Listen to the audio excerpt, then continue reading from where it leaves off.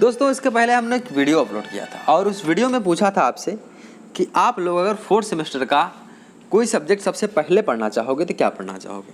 तो बहुत से लोगों ने कमेंट किया था कि सर हम इंग्लिश को पढ़ना चाहेंगे, और उसी को देखते हुए हमने 4th सेमेस्टर का जो इंग्लिश था उसका सिलेबस डिस्कशन कर लिया था। फिर उसके बाद हम बैठ करके रिलैक्स होकर के आराम से सोचे कि हमने सिलेबस तो डिस्कशन कर लिया, उसके साथ प्रीवियस ईयर पेपर भी डिस्कशन कर लिया, लेकिन अब हम क्या ऐसा टॉपिक पढ़ाएं कि जिससे आपके काफ़ी सिलेबस, ज़्यादातर सिलेबस एक साथ कंप्लीट हो जाए। तो इसको एनालिसिस करने में हमको कुछ समय लग गए और इससे को खोज करके हमने एक टॉपिक निकाल कर लाया कि जहाँ से हमको एक टॉपिक मिला टेंस।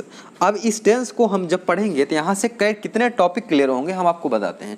पहला टॉपिक आपके एग्जाम में पूछा जाता है एक्टिव पैसिव, जो आपके सिलेबस में नहीं दिया है, लेकिन प्रीवियस ईयर पेपर में आप लोग देखिए वहाँ से क्वेश्चन हर बार पूछा गया है। दूसरा टॉपिक आता है आपका डायरेक्ट इनडायरेक्ट, यहाँ से भी क्वेश्चन आपका पूछा जाता है हर बार। तीसरा आपका आता है टेंस ट्रांसफॉर्मेशन। टेंस ट्रांसफॉर्मेशन का मतलब होता है कि जैसे एक सेंटेंस आपको दिया रहेगा present indefinite tense, present indefinite tense दिया रहेगा, आपको एक सेंटेंस दिया रहेगा, एक वाक्य दिया रहेगा और उस वाक्य को पास्ट इंडेफिनिट टेंस में चेंज करना रहेगा, परिवर्तन करना रहेगा। तो 3 चीज़ें आपका पूछी जाती हैं। तो इसीलिए हमने सोचा कि यहाँ से 3 चीज़ें पूछी जा रही हैं और काफ़ी चीज़ यहाँ से कंप्लीट हो जाएगा। तो सबसे पहले जो हम लोग किसका डिस्कशन कर लेते हैं, टेंस का डिस्कशन कर लेते हैं। और टेंस पढ़ने से हमारा इतनी चीज़ें क्लियर हो जाएंगी और तब अगर हम टेंस पढ़ लेंगे तो हमारा direct indirect, active passive, tense transformation सब आसानी से कंप्लीट हो जाएगा दोस्तों। तो चलिए हम लोग उसी क्लास को शुरू करते हैं और टेंस को पढ़ते हैं दोस्तों। दूसरी बात दोस्तों, टेंस जो ये है ये मैंने खुद का अपना नोट्स बनाया था, उसी नोट्स से मैं आपको पढ़ा रहा हूँ। और दोस्तों इसका पीडीएफ जो आपको हमारे टेलीग्राम चैनल स्टडी टेक्निक 95 पर आपको मिल जाएगा। टेंशन मत लीजिएगा, पूरा आपको नोट्स का पीडीएफ जितना हम पढ़ा रहे हैं पूरा पीडीएफ मिल जाएगा। बस आप लोग एक बार इसका रिवीजन जरूर कर लीजिएगा। रिवीजन करना आपके लिए इंपॉर्टेंट जरूरी है। रिवीजन करने के बाद आपको कोई भी चीज़ें कन्फ्यूजन नहीं होगी। कुछ लोग कह रहे होंगे सर हमको टेंस आती है, हाँ आपको आती है, लेकिन शायद जिस तरीके से मैं पढ़ा रहा हूँ वहाँ से कुछ चीज़ें आप हो सकता है भूल गए हों, कुछ चीज़ें आप लैग कर रहे हो, तो वो चीज़ें आप यहाँ से रिवीजन कर लेंगे या वो चीज़ें आपको यहाँ पर नहीं पाएंगे। तो इस वीडियो में बने रहिएगा, आप समझिएगा दोस्तों। आपको क्या क्या चीज़ें नहीं समझ में आई हैं वहाँ से आपको आज क्लियर हो जाएगा दोस्तों। चलिए देखिए, सबसे पहले हम देखते हैं टेंस। तो एक छोटी सी डेफिनेशन आपको दिख रही होगी कि क्रिया के जिस रूप से कार्य के संपन्न होने का समय ज्ञात हो उसे काल कहलाता है। तो काल आपको समझ में आ गया होगा। देखिए दूसरा, जैसे आपको हम एक एग्जांपल से क्लियर करते हैं। जैसे राम जाता है, राम जा रहा है। अब टेंस का मतलब आपको अभी समझाएंगे, क्लियर हो जाएगा। टेंस का मतलब होता है आपका समय। टेंस दो चीज़ों को बताता है, एक समय को बताता है, एक कार्य को बताता है, मतलब एक वर्क एंड टाइम को बताता है। जैसे देखिए राम जा रहा है, तो इसका समय बताया, हाँ समय बताया कि राम जा रहा है, मतलब अभी काम चल रहा है, काम चल रहा है, लेकिन कार्य हो रहा है। कार्य को बताया कि राम जाने का कार्य कर रहा है, लेकिन अभी कार्य को पूरा नहीं किया है। तो टेंस हमारा क्या होते हैं, क्रिया का वह रूप जिससे किसी कार्य के होने का समय ज्ञात होता है, या किसी कार्य कोई कार्य कितना हुआ हो और किस समय में हुआ हो, ये सभी चीज़ें ज्ञात होती है, उसको हम टेंस कहते हैं। ये आपसे कभी नहीं पूछा जाएगा, परिभाषा आपसे कभी नहीं पूछी जाएगी, आप लोग दिमाग में रख लीजिएगा, बस समझते रहेगा। टेंस में आपका समय और कार्य दोनों चीज़ें आपको मालूम हो जाती हैं टेंस में क्या होता है, बस इतना आप समझिएगा। अब आप एक चीज़ समझिए ये कि टेंस कितने प्रकार के होते हैं, इसको हम समझाते हैं। तो इसको दोस्तों बहुत से लोग मतलब दिमाग लगाएंगे। जैसे आपको थोड़ा सा समझाते हैं।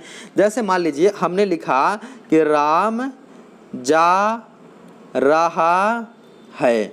अरे भैया राम जा रहा है तो राम जाने का कार्य कर रहा है, अभी काम चल रहा है, जो काम चल रहा है उसको कहते हैं प्रेजेंट टेंस या वर्तमान काल कहते हैं। और अगर यही हो जाता राम जा रहा था तो यह हमारा कार्य हो जाता, मतलब काम खत्म हो जाता, इसको कहते हैं पास्ट टेंस, मतलब जो बीत गया वो बात गई, वो हमारा हो जाएगा पास्ट टेंस। और राम जा रहा होगा जहाँ हो जाएगा काम अभी होने वाला है, और जहाँ होने वाला है वहाँ आपका हो जाएगा फ्यूचर टेंस।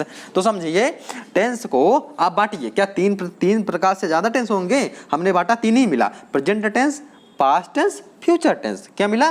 प्रेजेंट जो कार्य चल रहा होगा, जो काम हो रहा होगा अभी समय में, अभी जैसे इस समय में हम आपको पढ़ा रहे हैं और आप पढ़ रहे हैं, ये आपका प्रेजेंट टेंस हो जाएगा। पास्ट टेंस मतलब कि मान लीजिए हमने कोई वीडियो पहले अब पढ़ाई थी, आपने देखी थी पहले, ठीक है, और फ्यूचर टेंस में मान लीजिए हम इसके आगे कुछ पढ़ाएंगे, आप उसको पढ़ेंगे। तो ये आपको समझ में आ गया। टेंस के कितने टाइप हो गए? 3 टाइप हो गए हमारा, present tense, past tense, future tense. अच्छा चलिए भैया, अब इतना हम समझ लिए। अब भैया इसके आगे हम देखते हैं क्या है। अरे क्या है? देखो भैया लिखा है प्रेजेंट के नीचे, टेंस के नीचे लिखा इंडेफिनिट टेंस। ये क्या होता है? अरे इंडेफिनिट टेंस अगर छोड़ दिया जाए, इसको काट दिए, इंडेफिनिट आपको लिखा है, कंटिन्यूअस लिखा, परफेक्ट लिखा, परफेक्ट कंटिन्यूअस। अब ये क्या होता? ये कंफ्यूजन हो गई, डाउट हो गई। अब डाउट मतलब इंडेफिनिट का मतलब क्या होता है बताओ? इनडेफिनिट का मतलब होता है जो डेफिनिट ना हो। डेफिनिट ना हो मतलब क्या हो जाएगा? जो डेफिनेट मतलब निश्चित, जो निश्चित नहीं हो मतलब जो अनिश्चित हो। अब जो अनिश्चित हो, प्रेजेंट समय में कोई कार्य हो रहा हो लेकिन निश्चित उसके बारे में हमको जानकारी नहीं कि यही कार्य हो रहा होगा, वो हमारा क्या हो जाएगा? इनडेफिनिट हो जाएगा। मतलब एकदम एग्जैक्ट नहीं पता होगा यही कार्य हो रहा है, इनडेफिनिट हो जाएगा। प्रेजेंट समय में कोई कार्य चल रहा हो, कंटिन्यूअस में क्या होता है? चल रहा होगा। जैसे अभी आपको प्रेजेंट इंडेफिनिट टेंस का हम एक उदाहरण समझाते हैं। जैसे राम जाता है। अब बताओ, राम जाता है या राम स्कूल जाता है, ठीक है, कब जाता है? स्कूल टाइम जाता है, मतलब उसके बारे में कैसे जाता है, पैदल जाता है, साइकिल जाता है, बाइक जाता है, मतलब कुछ चीज़ें डेफिनेट नहीं हो पाती हैं। जिसमें कुछ चीज़ें डेफिनेट नहीं हो पाती हैं, हम पूरा क्लियर नहीं रहते हैं, तो वही हमारा इंडेफिनिट सेंटेंस होता है, इंडेफिनिट टेंस होता है, ठीक है। और कंटिन्यूअस में क्या होता है? राम स्कूल जा रहा है मतलब काम चल रहा है, जैसे जा रहा है, काम चल रहा है। यहाँ पर काम क्या हो रहा है? चल रहा है, तो स्कूल जा रहा है। परफेक्ट में क्या हो जाएगा? काम पूरा हो जाएगा, मतलब पूरा हो जाएगा। जैसे क्या होगा? ये राम स्कूल जा चुका है, भाई जा चुका है, परफेक्ट मतलब पूरा हो जाएगा। तो जब प्रेजेंट में कोई कार्य पूरा हो जाएगा, प्रेजेंट परफेक्ट टेंस हो जाएगा। पास्ट में कोई कार्य पूरा हो जाएगा, पास्ट परफेक्ट टेंस हो जाएगा। फ्यूचर में कोई कार्य पूरा हो जाएगा, फ्यूचर परफेक्ट टेंस हो जाएगा। क्लियर हो गया? चलो आगे देखिए। अब आगे आपको परफेक्ट कंटिन्यूअस, इसमें 2 काम होंगे। 2 काम मतलब एक काम आपका पूरा हो जाएगा, लेकिन एक काम क्या होगा? चलता रहेगा। तो जहां पर एक काम पूरा हो जाएगा, एक काम चलता रहेगा, वो हमारा परफेक्ट कंटिन्यूअस टेंस में आता है, ठीक। तो आपने पढ़ा कि प्रेजेंट टेंस के कितने कार्य के अनुसार पर 4 टाइप हो। कौन? Indefinite tense, continuous tense, perfect continuous tense. ऐसे पास्ट के भी 4 टाइप हो जाएंगे, फ्यूचर के भी 4 टाइप हो जाएंगे। तो 4 इसके हो जाएंगे और 4 इसके हो जाएंगे और 4 इसके हो जाएंगे, तो टोटल मिला के हो जाएंगे 12। कितने हो जाएंगे? 12। तो अब हम पढ़ेंगे टोटल मिला के 12 टेंस को पढ़ेंगे और एक एक करके समझ लेंगे और क्लियर कर लेंगे। तो चलिए हम लोग आगे देखते हैं। तो आगे देख लीजिए। अब यहाँ से शुरू होता है नोट्स। ये देखिए कि आपका पहला अगर टेंस देखें तो लिखा है प्रेजेंट इंडेफिनिट टेंस। उसको हम सिंपल प्रेजेंट टेंस भी कहते हैं, उसको अन्य नाम से सिंपल प्रेजेंट टेंस कहते हैं। ध्यान दीजिएगा, गलती मत करिएगा, उसको हम सिंपल प्रेजेंट टेंस भी कहते हैं। अब देखिए इसकी पहचान कैसे करेंगे भाई? सबसे बड़ी बात ये होती है कि हम कैसे पहचान जाएंगे हमारा किस प्रेजेंट इंडेफिनिट टेंस है। तो पहचानने के लिए क्या देते हैं कि इस टेंस के वाक्य में वर्तमान में कोई काम हो जाएगा, उस काम को किया जाएगा, होना या करना पाया जाता है, कोई काम का होना या करना पाया जाता है। जैसे देखो क्या लिखा है, राम जाता है, सीता रोती है, वह बार बार एक ही किताब पढ़ता है। तो आपने पढ़ा present indefinite tense. Indefinite tense का अगर उसी को कहते हैं सिंपल प्रेजेंट टेंस। इसका पहचान क्या होगा? वर्तमान में कोई कार्य हो रहा होगा, कोई कार्य का करना या होना पाया जाता है। जैसे राम जाता है, सीता रोती है, वह बार बार एक ही किताब पढ़ता है। अब देखो यहाँ क्या लिखा, ता है, ती है, ता है लिख रहा है। तो जिस टेंस के वाक्य में, जिस सेंटेंस के वाक्य में क्या आ जाए, ता है, ती है, ते है, ता हूँ, ये सभी शब्द आ जाते हैं, वो हमारा सेंटेंस या वो वाक्य क्या होता है, वो हमारा पूरा प्रेजेंट इंडेफिनिट टेंस के अंतर्गत आते हैं। अब देखिए दूसरी क्या होता है कि एक कंडीशन इसके अंदर और आती है। दूसरी क्या आती है कि इस टेंस में जो वाक्य प्रयुक्त होते हैं उसमें या तो कोई चीज़ अगर कोई भी प्राकृतिक घटना अगर देखा जाए निकल जाएगी मिल जाएगी, जैसे सूर्य पूरब की तरफ निकलता है, दिशाएं 4 होती हैं, होती ना दिशाएं 4 होती हैं, 5 तो नहीं होती ना, 4 ही होती हैं, ठीक है, याद रखना। चलो आगे देखिए, कोई सर्वव्यापी सत्य मिल जाए, ठीक, सर्वव्यापी सत्य का मतलब यही है कि सूर्य पूरब में निकलता है, कभी पश्चिम में निकलते हुए आपने देखा है? नहीं देखा है, ठीक है। तो ये सभी हमारे क्या हो जाएंगे। और देखिए एक चीज़ और कि आदत संबंधी कोई आदत, जैसे कुत्ते भौंकते हैं, चिड़िया आकाश में उड़ती, कोई पानी में, आप लोग पानी में उड़ते हुए देखे नहीं होंगे, आकाश में उड़ती है, ठीक है। तो ये सभी हमारे आदत हो जाएंगे। तो प्राकृतिक घटना, सर्वव्यापी सत्य और कभी आदत संबंधी कोई भी वाक्य कहीं मिल जाएगा तो आप उसको क्या करेंगे, वो आपका हो जाएगा प्रेजेंट इंडेफिनिट टेंस में आ जाएगा। क्लियर हो गया होगा। चलो नेक्स्ट देखते हैं। अब भैया इतना समझ में आ गया। अब हम 4 चीज़ों को पढ़ेंगे, ध्यान से देखना, 4 को पढ़ेंगे एकदम आराम से क्लियर करते हुए। चलो एक एक चीज़ क्लियर होती चली जाएगी। देखो हम पढ़ेंगे 4 सेंटेंस। 4 सेंटेंस मतलब पहला सेंटेंस हमारा देखिए यहाँ लिखा है अफर्मेटिव सेंटेंस। अफर्मेटिव सेंटेंस मतलब होता है जैसे राम स्कूल जाता है, सीता खाना खाती है, लड़का गाना गाता है, ठीक, वह बच्चा अपना पाठ याद करता है। तो ये सभी क्या हो जाए, अफर्मेटिव सेंटेंस। इसको पॉजिटिव सेंटेंस भी कहते हैं, जहाँ पर कोई बात कही जाती है, जहाँ पर कोई बात कही जाती है उसको अफर्मेटिव या पॉजिटिव सेंटेंस कहते हैं। और जैसे वह खाना नहीं खाता है, इसको हम निगेटिव सेंटेंस कह देते हैं। निगेटिव आप लोग जानते हैं ना, निगेटिव। जैसे क्या वह खाना खाता है, ये इंट्रोगेटिव सेंटेंस कह देते हैं। आप लोग इतना बेसिक जानकारी तो होगी आपके पास। ध्यान दीजिएगा, क्या वह खाना खाते हैं, तो जहां पर क्या लग जाएगा वो आपका इंट्रोगेटिव सेंटेंस हो जाएगा, इंट्रोगेटिव हो जाएगा। फिर आगे देखिए, क्या वह खाना नहीं खाता है, तो इंट्रोगेटिव निगेटिव सेंटेंस हो जाएगा। तो आपके सेंटेंस जो है ग्रामर में, जो हम लोग टेंस में पढ़ेंगे, 4 प्रकार के सेंटेंस पढ़ लेंगे। पहला पॉजिटिव या अफर्मेटिव सेंटेंस, दूसरा निगेटिव सेंटेंस, तीसरा इंटरोगेटिव सेंटेंस, चौथा हमारा हो जाएगा इंटरोगेटिव निगेटिव सेंटेंस। इसके अलावा कुछ और भी होते हैं, लेकिन ये आपका 4 जो रहेंगे ये फिक्स रहेंगे। इसके अलावा और जो आएंगे हम आपको बताते चलेंगे। देखिए अब देखिए कुछ हम यहाँ पर नया आपके लिए क्या लाए हैं, एक फार्मूला। फार्मूला मतलब जैसे आप ट्रांसलेट जब करोगे, कोई भी सेंटेंस आपको दिया रहेगा जो प्रेजेंट इंडेफिनिट टेंस में दिया रहेगा सेंटेंस, तो उसको जब ट्रांसलेट करोगे तो क्या पहले लिखोगे, पहले आप लिखोगे सब्जेक्ट। सब्जेक्ट मतलब होता है कर्ता, हिंदी में आप लोग जानते होंगे, कर्ता को सब्जेक्ट कहते हैं, जानते हैं ना, हाँ जानते रहिएगा। आगे देखिए मेन वर्ब की फर्स्ट फॉर्म, उसके बाद यस या यस लगाओगे और लास्ट में क्या लगाओगे, ऑब्जेक्ट लगाओगे। क्लियर है। चलो आगे देख लेते हैं। यहाँ देखो अब इतना है, subject, main verb. Main verb जानते हैं ना, वर्ब मतलब क्रिया होती है। यस या ये सभी कैसे लगे हम बताएंगे। ऑब्जेक्ट क्या होता है अभी हम पूरा बताएंगे। जैसे देखो लिखा है कमला एक मधुर गाना गाती है, तो अब कमला एक मधुर गाना गाती है, तो इसमें पहले देखा जाए कमला। कमला हमारा हो जाएगा सब्जेक्ट हो जाएगा। क्लियर है, कोई बात नहीं है। गाना गाती है, तो गाती है क्या हो जाएगा, अगर गाती देखा जाएगा तो आपका हो जाएगा, ये आपका वर्ब हो जाएगा, मेन वर्ब हो जाएगा। और क्या हो जाए, ए स्वीट सॉन्ग, देखिए सॉन्ग क्या हो जाएगा, ऑब्जेक्ट हो जाएगा। अगर देखा जाए ए स्वीट मतलब क्या हो जाएगा, ये हम आपका ऑब्जेक्टिव होता है। लेकिन आप लोग अपने सावधानी के लिए जो बचेगा इन सबको ऑब्जेक्ट में चिपका दीजिएगा। मतलब ये आपका था ना, ये देखिए ये यहाँ से यहाँ तक था, एक मधुर गाना गाती है, तो ये आप लोग इसको ऑब्जेक्ट मान लीजिएगा। ठीक है, तो देखो जैसे कि हम क्या लिखे, कमला सब्जेक्ट है, इसके बाद एक मधुर गाना हमारा ऑब्जेक्ट है, और ये हमारा क्या हो जाएगा, मेन वर्ब है। तो हमने पहले क्या लिखा, कमला। कमला हमारा सब्जेक्ट हो गई, सब्जेक्ट कमला लिख लिया यहाँ पर। इसके बाद गाती है, गाती है का आपका हो जाएगा सिंग्स। अब क्यों होता सिंग्स अभी हम बताएंगे। ठीक, कमला सिंग्स, और इसके बाद मेन वर्ब हमारा हो गया सिंग्स, और इसके बाद लिखेंगे ऑब्जेक्ट। ऑब्जेक्ट लिखेंगे क्या, ए स्वीट सॉन्ग। देखिए यस या यस कैसे लगाते हैं अभी हम आपको बता रहे हैं, बस आप लोग थोड़ा सा पेशेंस रखो, सब क्लियर हो जाएगा। देखो जैसे यहाँ देखिए लिखा है कि लड़का अपने घर जाता है, तो लड़का आपका क्या हो जाएगा, सब्जेक्ट हो जाएगा।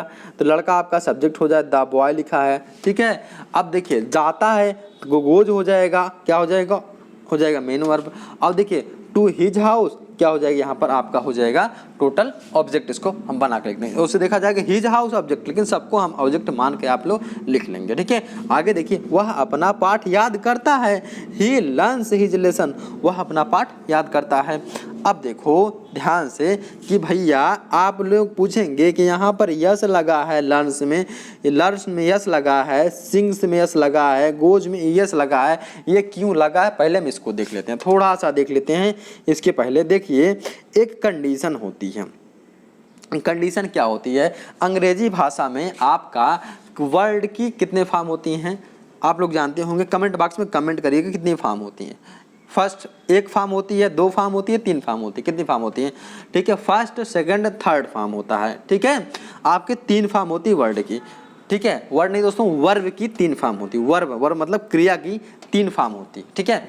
अब देखिए, तो अंग्रेजी भाषा में जो फर्स्ट फॉर्म की वर्ब होती है वो हमेशा बहुवचन में मानी जाती है, ठीक है। अब बहुवचन में मानी जाती है तो उसको जब एक वचन बनाने के लिए क्या करते हैं, उसके अंदर उसके पीछे यस या ईएस लगा देते हैं।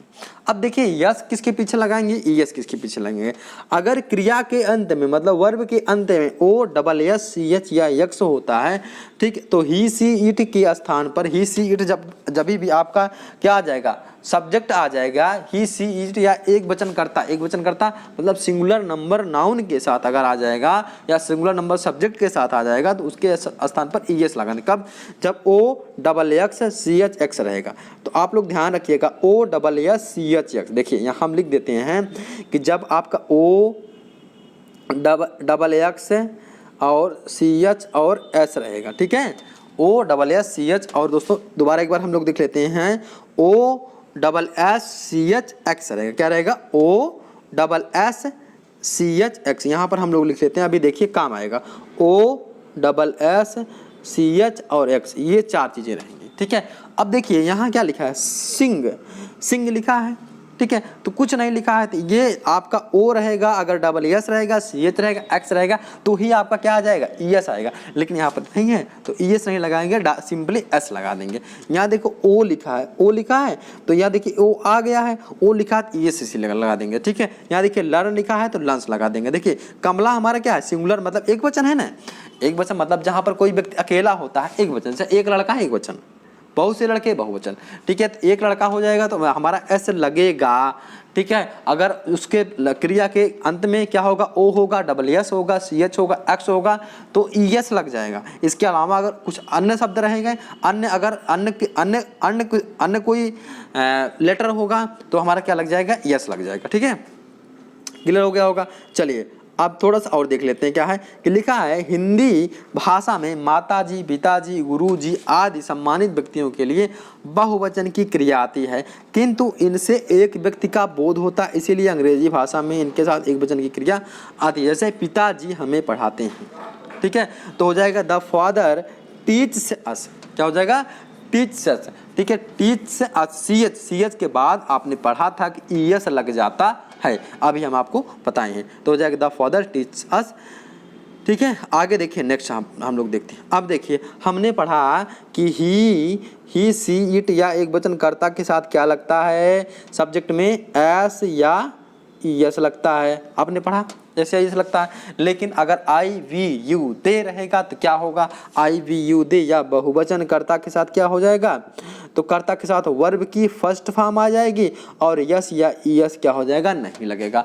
आपको बस थोड़ा सा ध्यान देना है कि जहाँ पर क्या हो जाएगा, ही सी इट या एक वचन कर्ता के साथ आ जाएगा, वहाँ पर यस और ई एस लगेगा। उसकी कंडीशन क्या होती है हमने आपको बता दिया दोस्तों, ठीक है। चलिए आई वी यू दे के साथ क्या लगेगा, कुछ नहीं लगेगा, सिंपल लगेगा। देखिए मैं अपने स्कूल जाता हूँ, तो सबसे पहले आप इसमें खोजिए कि मैं, इसमें खोजिए सब्जेक्ट क्या है। आगे देखिए सब्जेक्ट हमारा क्या है, मैं, तो मैं का हो गया आई, ठीक है। वर्ब क्या है, वर्ब हमारा क्या है, जाता हूँ, तो क्या हो जाएगा, गो, ठीक है। अपने स्कूल, टू माई स्कूल, ठीक है, क्या हो जाएगा, गो टू माई स्कूल, हो जाए, क्लियर हो जाएगा। आगे देखिए वे हमें कहानी सुनाते हैं, तो वे का क्या हो जाएगा, दे, ठीक है।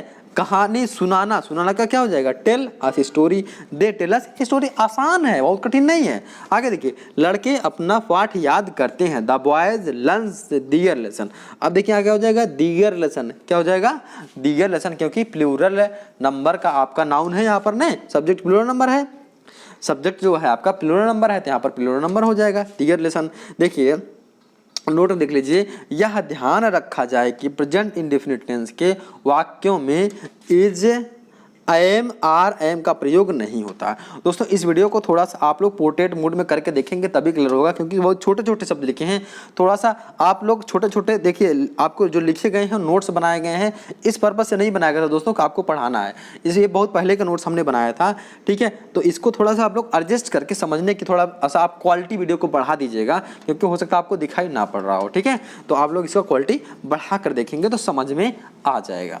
तो अब देखिए ध्यान देखने वाली बात है कि इस टेंस में इज, एम, आर का प्रयोग नहीं होता है। किसका, इज, एम, आर का प्रयोग नहीं होता है, ठीक है। चलो आप देख लेते हैं भैया, पॉजिटिव आपका क्लियर हो गया, नेगेटिव सेंटेंस हम आ जाते हैं। तो नेगेटिव सेंटेंस देख लेते हैं कि नेगेटिव सेंटेंस में क्या है, ही, सी, इट एक वचनकर्ता के साथ डज नॉट और वर्ब की फर्स्ट फॉर्म आती है। डज नॉट को हम क्या कहते हैं, कहीं कहीं आपको हेल्पिंग वर्ब मिल जाएगा, डज आपका क्या हो जाएगा, हेल्पिंग वर्ब हो जाएगा, ठीक है। तो ही, सी, इट एक वचनकर्ता के साथ क्या हो जाएगा, डज नॉट और वर्ब की फर्स्ट फॉर्म आती है। जैसे देखिए, कमला एक अच्छा गाना नहीं गाती है, तो Kamala does not sing a sweet song. दोस्तों अब देखिए यहाँ पर क्या हो जाएगा, बस आपको डज नॉट लगाना है। आप लोग जाने क्या होंगे, कमला क्या है आपका यहाँ पर सब्जेक्ट है, ठीक है। अब देखिए सब्जेक्ट के यहाँ पर देखिए इसका फार्मूला थोड़ा सा देख लीजिए, फार्मूला आपको हम बता देते हैं।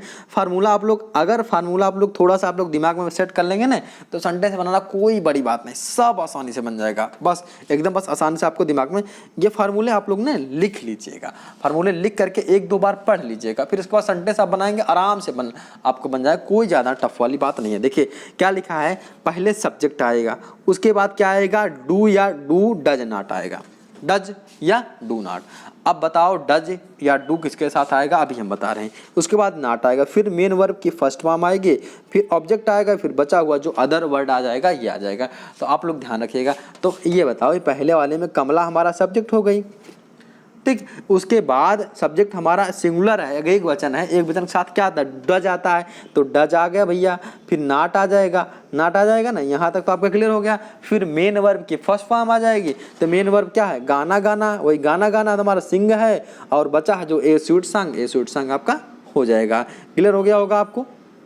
नेक्स्ट देखिए, लड़का अपने घर नहीं जाता है, तो लड़का अपने घर नहीं जाता है, तो देखिए थोड़ा सा हम जूम कर देते हैं, आपको नहीं दिख रहा होगा हो सकता है।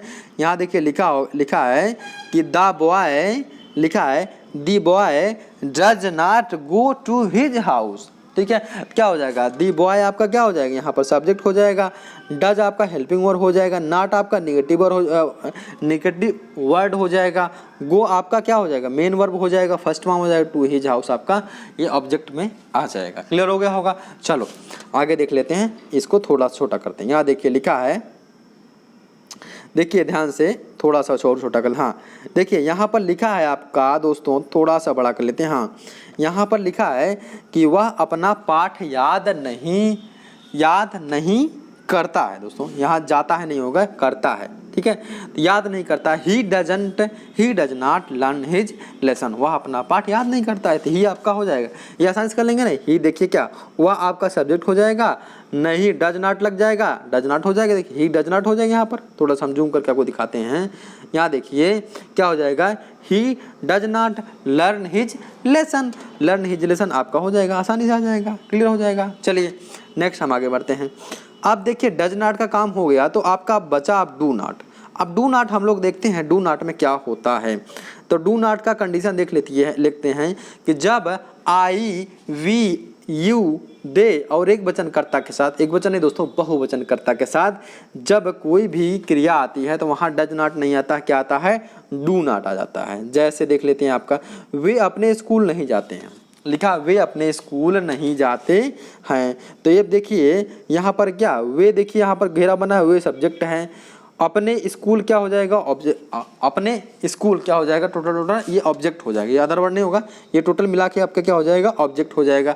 नहीं निगेटिव वर्ड हो जाएगा, जाते हैं क्या हो जाएगा, वर्ब हो जाएगा। तो they do not go to their school, ये आपका हो जाएगा, सेंटेंस आराम से बन जाएगा। क्लियर हो गया होगा। चलिए आगे देखते हैं कि मैं तुम्हें एक कविता नहीं सुनाता हूँ। मैं क्या हो जाएगा, यहाँ पर मैं हमारा सब्जेक्ट हो जाएगा, तुम्हें, ठीक है, तुम्हें क्या हो जाएगा, ऑब्जेक्ट हो जाएगा। एक कविता क्या हो जाएगा, अदर वर्ड में आ जाता है, ठीक है। आगे देखिए, सुनाता हूँ क्या हो जाएगा, आपका क्या हो जाएगा, ये मेन वर्ब हो जाएगा। तो I do not tell a poem, I do not tell a poem हो जाएगा। आगे देखिए नेक्स्ट, ये लड़के अपना पाठ याद नहीं करते हैं, तो the boys do not learn their lesson, ये आपका आसान है। क्लियर हो गया होगा, ठीक है भाई। दी बॉयज आपका हो जाएगा, दी बॉयज मतलब बहुत से, जब लड़के मतलब ज़्यादा लड़के हो जाएंगे तो दी बॉयज होता है, एक लड़के के लिए बॉय होता, दी बॉय होता है, ठीक। दी बॉयज डू नॉट, क्योंकि डज नॉट नहीं आएगा, डू नॉट आएगा, लर्न दियर लेसन हो जाएगा। क्लियर हो जाएगा। आगे देखिए, चलिए अब देखिए नेक्स्ट देख लीजिए, यदि वाक्यों में कभी नहीं आता है तो कर्ता में, तो कर्ता के बाद में क्रिया से पहले नेवर लगा देते हैं। जैसे वह स्कूल कभी नहीं जाता, तो he never goes to school. ध्यान देना यहाँ पर, क्योंकि यहाँ पर यस या यस लग जाएगा, तो नेवर के साथ ये बहुत कम पूछा था सेंटेंस, बहुत ही कम पूछा था। बस आप लोग ध्यान दीजिएगा कि ये पूरे वीडियो को देखने के बाद आपका एक एक टॉपिक क्लियर हो जाएगा दोस्तों, यहाँ से कोई भी प्रश्न नहीं छूटेंगे।